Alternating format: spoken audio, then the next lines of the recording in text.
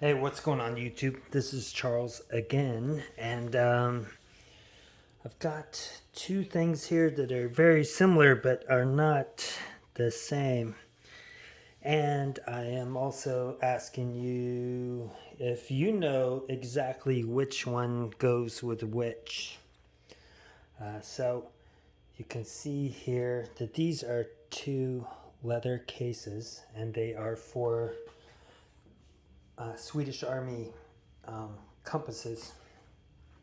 I purchased both of these on eBay, and they were both listed as like a M39 compass. Now, you can see here that one of them has, this nice leather case for it, as well as this one does, but this one is stamped as a FM39 with the 3 crowns, which is kind of weird though, because I thought originally that the 3 crowns stamp was made sometime in 1942 or later, but I don't live in Sweden. I was not in the Swedish Army, and I'm not a historian. But so that seems different to me that they have a 3 crown and this. Now I do know that Silva made these compasses for the Swedish military starting in 1939.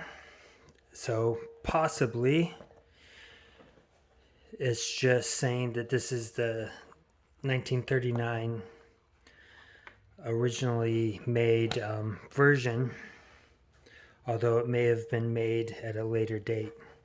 So as you know, they will make things manufactured after something was originally designed, and so maybe it's a like my little Renzel backpack is a M1905, but they were making those up until like 1914, and that was replaced by the M1915. So that might be some of the problems here. So this is the first one that I purchased, and you've seen both of these on my videos briefly, or I think on this one I did 2 videos. Let's take a look at these things. So let's look at these cases. So I kind of like this case better. It seems a little bit more solid because the pass through here is much wider. You've got 6 rivets versus this narrow, I'm going to say it's a 1.25, maybe 1.5 inch wide strap here to pass through your belt. Let's take a look. Also, I think that's about the same capacity. I mean, you might be able to get the larger 2-inch belt through here, like your duty belt, where this one may or may not. I haven't tried that yet. I guess I should try that. If I figure out differently, then I'll let you know. So let's take a look at the compasses themselves. So most of these M1939 compasses I've seen have always had this leather strap on here, and you can see that on the one on the right here has some kind of cordage. Now obviously it's not parachute cord or paracord, but it still looks old, and this may have been originally what was on there, or it could be that the leather wore out and then they replaced it with this cordage sometime later while they're still using it. What's kind of cool about the leather strap is it has this button hole in here. So this thing you could fasten onto your shirt or blouse, and this would kind of hold it there in case you dropped it. You know, now it's tethered on there. This obviously doesn't have that on there. This does not look like it's made out of nylon, but I haven't tried to burn it. See if I can melt it or not. I'm gonna assume it's probably some sort of most likely cotton, but I don't know. So let's take a look at the back on here. So I don't know when they stopped making compasses that are rated at 400. Is that gradients or what? I mean, so obviously they're not using 360 degree thing here, because during this time when these things were made, they were trying to also do the metric system with measures and compasses and things like that. So that's why you can see here the last marks are at 380, 380, and even here it says 400.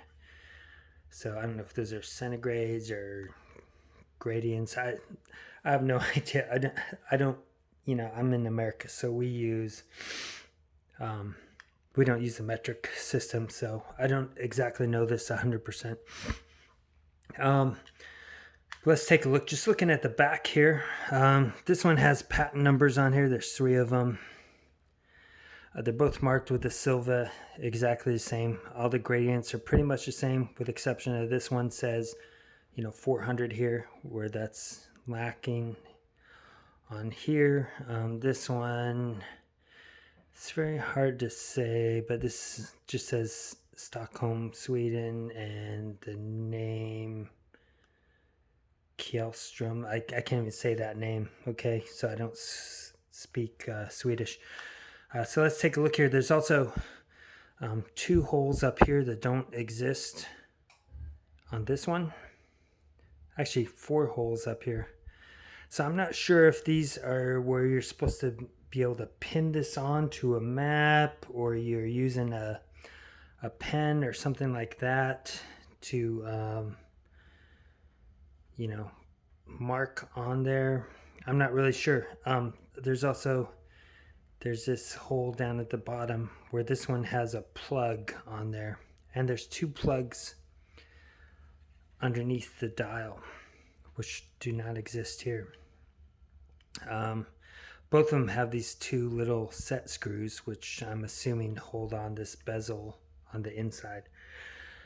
They also use brass fasteners up here. So there's 4 of them here, there's 4 of them there. But these are aluminum, obviously. These appear to be aluminum. I'm not sure if that's brass or aluminum there, but it's been darkened, obviously. And then you have aluminum and aluminum, a little bit smaller here for that little, see if I can keep these things separated yet together. And I'm trying to, I mean, I can't really measure this, but to me it seems like either this was added later or it was made this way with a larger gap for cordage versus a thinner leather strap. So maybe it was made to have this on there instead of leather. I'm not really sure. What else is different on the top here? So you still have the 4 fasteners here, but you can see these 2 ridges right here. Okay, so dimensionally, that top cover is the same. On the bottom, the lucite or whatever this stuff is, I think it's lucite or Lexan, whatever it is slightly longer on this one. Now they both have these markers in centimeters, starting at 1 up to 9, and I'm assuming probably 10. This one's slightly shorter. And I'm not measuring it out. I can, if you really want me to, just put comments on there. I'm going to open these things up. So now let's take a look on the inside. So they still have some kind of aluminum mirror up there so that you can look at whatever you're, when you're navigating, you can take a look at the mirror and look at landmarks and stuff like that through this. Dimensionally, these things are pretty much the same. The only difference I really see is on the hinge there. You can see it almost looks like springs right here where they lack over here. Also, for this fastening flap or whatever, this is riveted on. This one is one part of this. So maybe this was made later, knowing that maybe these things wear out or break off, and thus you can replace this. I'm not sure. Maybe it was just cheaper for them to, instead of forming and cutting a sheet for this where it's all one piece, maybe it's cheaper to do it that way. I have no idea. I wasn't there when they made them. Let's take a look at the bezel. The bezels are very similar. Seems more prominent and deeper on the numbers here. This obviously looks like it's in better shape. If you look at the fluid inside, you can see this is kind of yellowed here. I don't know if this is oil inside or if it's just water. I have no idea what the fluid is. A couple things that might be difficult to see on there is it looks like there's a brass washer or ring in the center above the pointer, versus here you don't really see that. It looks like it's probably aluminum rivet or something holding the pointer on there. Also, you can see the pointer on here. It looks like it's degraded. That's why I'm thinking possibly it's just water in there. That's what the fluid is. I don't know. You see how it looks yellowed versus it looks very clear on this. I don't know if you can see this, but on here there's a single crown stamp. And it's very hard to see. And it says 1939. So I'm going to guess this most likely was made in 1939.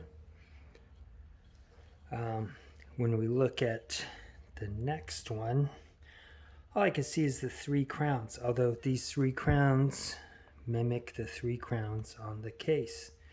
This says FM39.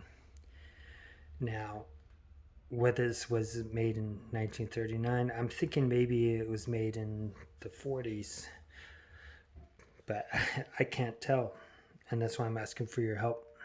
Maybe you know better about these than I do. What other things can we see on here? Not too much, really. I mean, all the marks on here seem to match along the bezel. You can still rotate these. The same on each other one. And I guess I'm going to sell one of these. Most likely I'll sell this one. I mean, I use the stuff that I buy. I don't just like sit it in a showcase or the museum or the war room or whatever. I actually use these things. Now, I don't use these things all the time, every time. I'm going to alternate between my backpacks or whatever I'm using. And I do have a 1929 compass. So now on these I have duplicates, right? So I'm going to sell one. I'll probably sell this one. I've just really been debating whether or not I should switch this strap with this strap. It'd be very easy for me to sew this together just like it is and move it here and then just undo this very easily and then put it over here. I I think I'm just going to leave it this way. I think I will sell it along with this case. I know that the later Ranger, Silva Rangers came with this case made in the 50s and 60s. This may have originally been made at the same time as when they originated this. I'm not really sure. I haven't seen too many pictures, and I really haven't seen a lot with this case. I'm going to keep this case because I like the way it's shaped. It's slightly more compact because you don't have that a little bit wider, very slightly wider, and mainly for, it seems like it'll be more durable. So I guess I will put this on eBay, see if I'm able to recover some of the money. If you guys have any questions, comments, if you're able to identify when these things, especially this one, was made, that'd be awesome. Otherwise, thank you very much for watching. Hope everything's going well with you in the new year. Goodbye.